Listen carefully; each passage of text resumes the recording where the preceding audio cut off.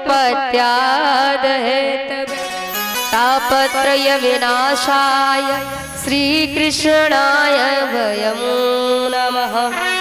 सच्चिदानंद भगवान के चरणों में हम आप सभी बार बार नमन वंदन करते हैं और कथा की ओर चलते हैं। संत भगवानों के चरणों में भी मेरा कोट कोट नमन वंदन। आइए कथा की ओर। कल कथा कहाँ छोड़ दी थी मैया? है मैया, बस आज की और कल की बात हो रही, कल के बाद नहीं पूछेंगे कहाँ छोड़ी थी कल कथा। हाँ, बोली गोवर्धन महाराज की जय हो। इंद्र की पूजा बंद करा के गोवर्धन पूजवावे रे यशोदा को कन्हैया। और एक भाव एक रूप से पूजत कन्हैया और दूजे से खुद पूजवावे रे यशोदा को कन्हैया। एक रूप से पूज रहे हैं और दूसरे से पूजवा रहे हैं। प्रभु की लीला है ये, बड़ा आनंद है। नभ से देव फूल बरसावे काना हृदय सियावे रे यशोदा को कन्हैया। पूजन चल रहा है, सभी बड़े भाव से पूजन कर रहे हैं। लेकिन भैया हर वर्ष जिसकी पूजा की जाती हो और उसकी पूजा बंद कर दी जाए, किसी और की पूजा करो तो उसे बुरा तो लगेगा। इंद्र को बड़ा बुरा लगा, बोले नंद के छोरा ने हमारी पूजा बंद करा के गोवर्धन की पूजा करवाई। क्रोध आ गया, मेघमालाओं से कहा आदेश है हमारा, जाओ ब्रज को बहा दो। आदेश है हमारा, जाओ ब्रज को बहा दो। परजन्यो भगवानिद्रो मेघास्तस्यात्मभूतः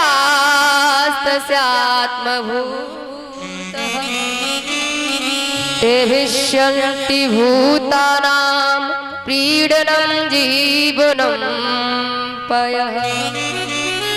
मेघमालाओं से कहा जाओ ब्रज को बहा दो। बादल गरजने लगे, बिजली कड़कने लगी है। महाराज ग्वाल वाले सब घबरा गए, बोले अब क्या होगा?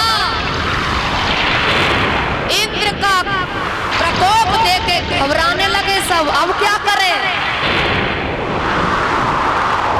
क्या किया जाए अब? रोने लगे, घबराने लगे। बारिश के साथ साथ आंधी भी है, पवन को भी छोड़ दिया। नंद बाबा घबरा रहे हैं, लाला अब क्या होगा?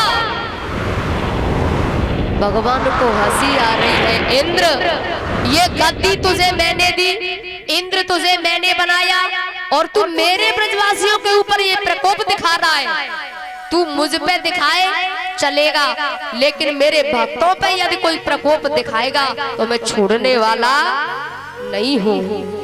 मुझसे कोई कुछ कह दे सह लेता हूँ, लेकिन मेरे भक्तों को यदि कोई कुछ कहे तो मैं सह नहीं पाता हूँ। श्री सुखदेव जी कहने लगे, हे राजन परीक्षित, भगवान को थोड़ा क्रोध आ रहा है इंद्र पर। मेरे भक्तों के साथ, मेरे ब्रजवासियों के साथ ऐसा कर रहे हो। सब घबराने लगे। तब भगवान ने गोवर्धन को अपनी एकन्नी उंगली पर धारण किया है। बोली गोवर्धन धारी की जय हो। धारण कर लिया और कहा गोपी ग्वाल गाय बछड़े सब नीचे आ जाओ। गोवर्धन के सब नीचे आ गए। ग्वाल वालों ने अपनी अपनी लाठियां लगा ली। सब साथ में जो थे सखा, सबने लाठियां लगा ली। सब नीचे आ गए। श्री सुखदेव जी कहने लगे, राजन सब नीचे आ गए। अब हुआ ऐसा, 2-3 दिन हो गए। इंद्र ने कहा सैनिकों से, जाओ देखो ब्रज बह गया कि नहीं। देखो सैनिक आए और बोले महाराज तुम बहने की बात कर रहे हो, धूल उड़ रही है वहां, धूल उड़ रही, जल गया कहां? तो एक कथा आती है भागवत रहस्य में जिसका वर्णन आया है कि ये जल गया कहां, जो श्री डोंगरे जी महाराज ने वर्णन किया है। तो त्रेता युग की बात है।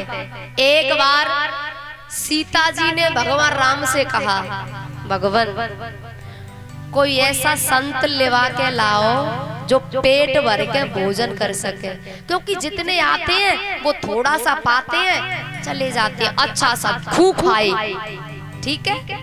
तो अगस्त मुनि के पास गए भगवान राम, महाराज कल का निमंत्रण है, जो आज्ञा प्रभु, निमंत्रण आपके यहाँ? बोले हाँ, लेकिन एक बात है, हाँ आज्ञा करो, तुम तो आदेश करो भगवान, जब तक मैं न कह दूं भोजन बंद नहीं करना है।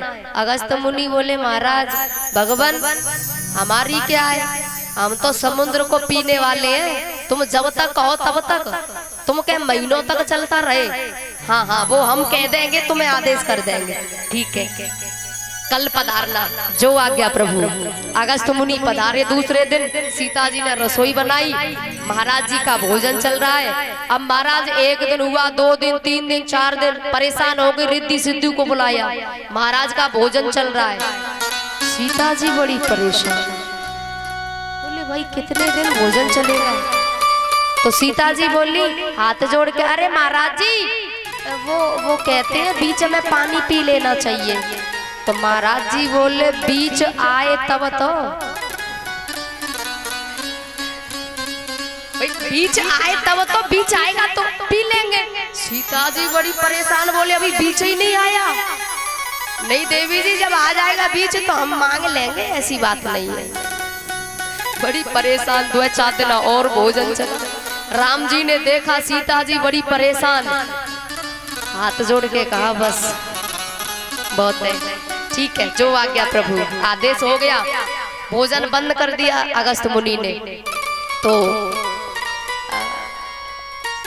पानी की बात आई तो सीता जी हाथ जोड़ के बोली महाराज क्षमा करो, पानी की व्यवस्था, क्योंकि भोजन इतने दिन चला है तो पानी, और जहाँ तो एक गड़ाते 2 गड़ाते काम चलने वाला, क्योंकि पता है ये समुद्र को पीने वाले हैं, इनके लिए पानी की व्यवस्था, क्षमा करो महाराज पानी वानी व्यवस्था नहीं हो पाएगी।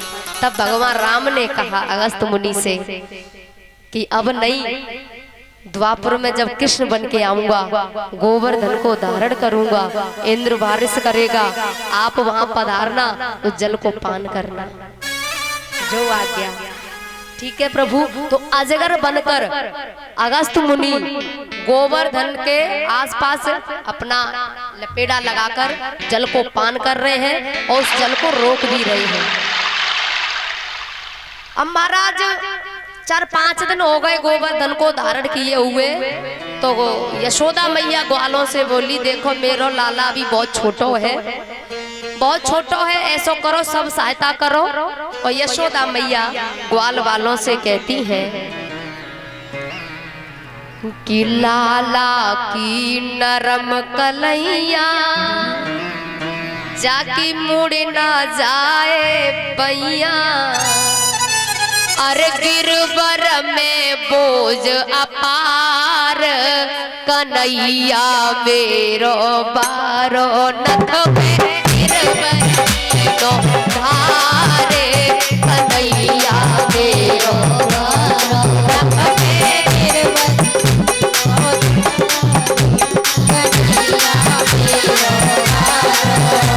कन्हैया मेरो बारो सावरिया मेरो बारो कन्हैया मेरो बारो सावरिया मेरो बारो नख पे गिरवर लीनो धारे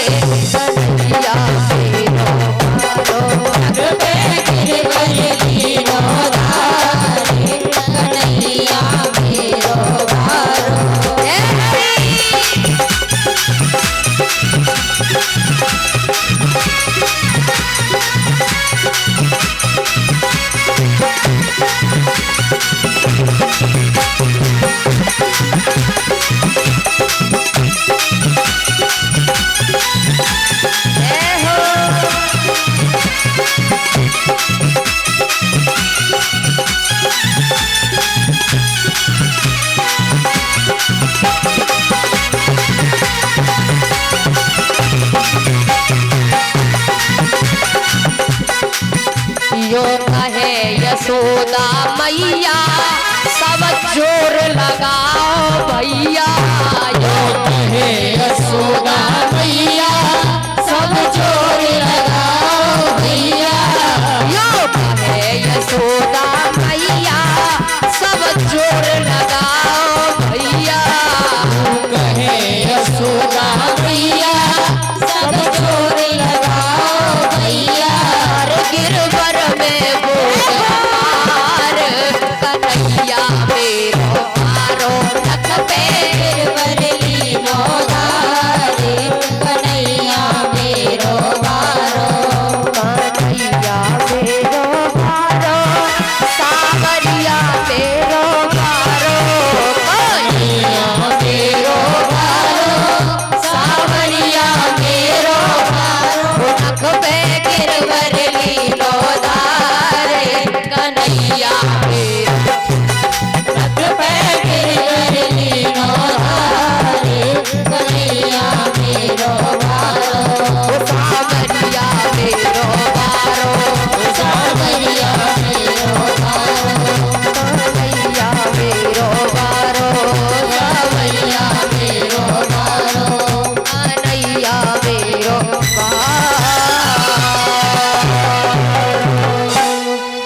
बोलिए वृंदावन बिहारी लाल की जय हो।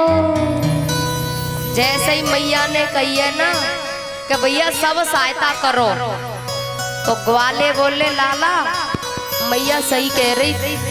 तो 5 दिन है गए भैया तेने कछु खायो पियो नहीं है, तू ऐसा कर ले लाला, तू कछु खाए ले, पानी पी ले, कछु खाए पी ले। लाला ने कहा फिर इसे कौन रोकेगा? अरे लाला हम पागल हैं जो लाठियां लगाए राखी है, तू तो यो सोच रो कि मैं नहीं रोक राखो। लाला तू हमारे बीच घमंड मत किया कर, हम तेरे सखा हैं। लाला ने कहा, भगवान ने कहा देखो भैया तुमने भले ही लाठियां लगाए राखी है पर रोक तो मैं नहीं राखो। अरे लाला तू घमंड कर रहा, हटा ले अपनी उंगली, बड़ा घमंड करता है तू।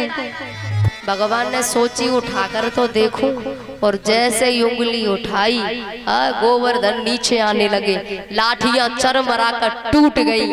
ग्वाले चिल्लाए, ए भैया, ए लाला, ए भैया इसे उठा। तब भगवान ने धारण फिर किया तो एक ग्वाला बोला,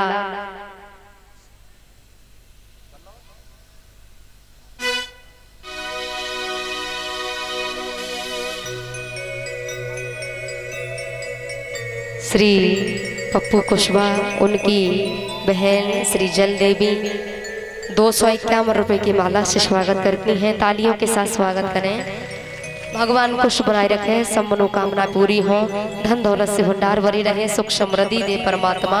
बोलिए वृंदावन बिहारी लाल की जय हो। जैसे ही भगवान ने फिर धारण किया तो एक ग्वाला बोला, कनुआ सही सही बताइयो, या छोटी सी उंगली में इतनी शक्ति कहाँ से आई? लाला सही सही बताइयो। तब तक दूसरा आयो पीछे से निकल के ग्वाला, बोलो हमें पूछ शक्ति कहाँ से आई? हाँ भैया कहाँ से आई? अरे भैया ये लाला जिसकी ओर देखता है ना उसकी शक्ति को खींच लेता है।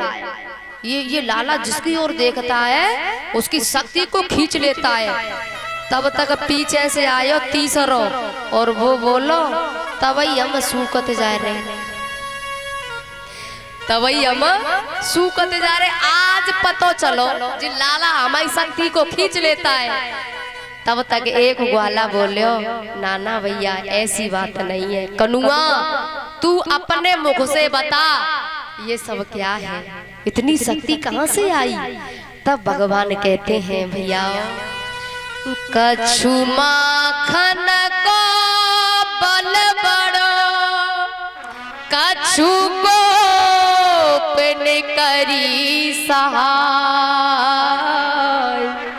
श्री राधा जू की कृपा से मैंने गिरवर लियो उठाए। भैया कछु माखन खायो, कछु तुमने सहायता करी और श्री राधा की कृपा से मैंने उठा लिया। जीव के लिए समझने की बात है इस जगह पर, ये ब्रह्म है साकार रूप लेकर प्रेम लीला करने धरती पर आए हैं मृत्यु लोक में। किस लिए? भक्तों के लिए और दैत्यों का संहार करने के लिए। मनुष्य यानी साकार रूप लेकर परमात्मा मृत्यु लोक में धरती पर आए हैं और सब कुछ कर सकते हैं। जिसके एक इशारे पर महाप्रलय हो सकती है, एक इशारे पर सृष्टि बन सकती है, वो ब्रह्म वो परमात्मा कह रहे हैं भैया मैंने कुछ नहीं किया और भैया हम कुछ करने लायक नहीं है, हम कुछ कर नहीं सकते हैं। ये साधारण जीव कहता है हमें पूछो गृहस्थी कैसे चल रही, हमें पूछो सब काम कैसे है रे। अरे भैया जो करने वाला है वो कह रहा है मैंने कुछ नहीं किया, और जो कुछ कर नहीं सकता वो कहता है कि मैंने किया। हमें ये